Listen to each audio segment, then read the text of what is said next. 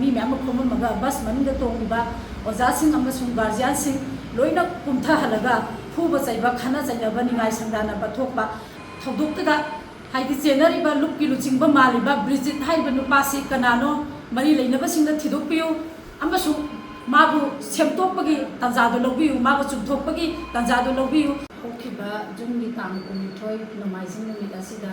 कोगी हाउबा क्याम सिबाइदा लेबा याय कोचिंग सेंटर कम बोर्डिंग सिगी स्कूल सिगी कोचिंग सेंटर सिगी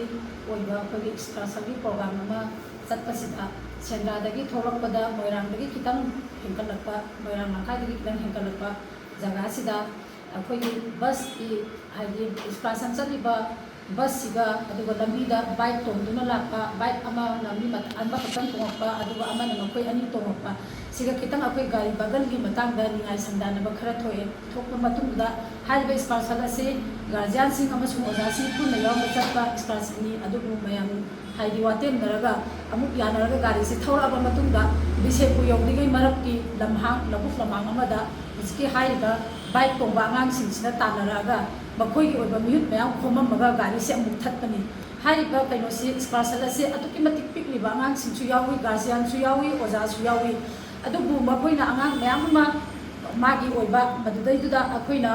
ब्रिजित कौबा आंगांग अमा लुप अमगी लुसिंगबदी मानबा अदुबु करंबा लुपकी लुसिंगबनो हाइबदी खंगदबा आंगांग मागी लुसिंग मखादा मानबा आंगांग मयाम अमा खोममगा मी मयाम खोममगा बस मनुंग तोंगिबा ओजासिंग अमसुंग गार्जियनसिंग लोइना कुमथाहलगा फुबा चैबा खाना चैनबा निगाय संदानबा थोकबा मसे अखोई इरमदम सिदा अखोई लुप सिदा अखोई मसेन मक्तदा अतोप कम्युनिटी नगा अतोप लेबाक सिंगगा तारगा यामना नोकगिदौबा थौंग अदुगुंबा थौंगी अखोई अतुकी मतिक मसिगी थौदोक सि पेंदे नुमितुदा मखोइना पिरिसे सुमदा खक्तगी खाना चैनबगी थौदोक नत्तबिदा आंगांग सिंगदा पिकलिबा आंगांग सिंगदा अचौबा हरासमेंट अमदि पिरेबा आंगांग सिंगजे अमुक हन्ना मपान थोकमिंदबा अमसुंग अदुगुंबा स्कूल की ओइबा अमसुंग अखोइगी इंटरनेट ओइबा एक्सकर्शन पिकनिक प्रोग्राम सिंगदगा चटनिंगोइदबा कीबा आंगांग थकटकिबा आंगांग सिंबो नुमितुदा अखोइ आंगांग सिंग खरसु यावेबा अदुना अखोइना ngasi अखोइ 18 क्लब ना असिगुंबा मिफम अमा फमबा मतुंगदा 18 क्लब अमसुंग वुमेन विंग ना सिगुंबा मिफम अमा फमबा मतुंगसिदा मियामदा मीडिया गे मांगदा हाइजनिंगबदी असिगुंबा थौदोकसे अखोइगी लेबाकसिदा हौजिकसे अखोइ तंगु लैतादना तंगतादना लैरिबा अखोइसे अतोप्पा जातिगा अखोइगा निगाय संदानबगी लान तौनबगी लान मरक्सिदा अखोइ मसेन मक्तदा सिमाइना लान थोकनबगी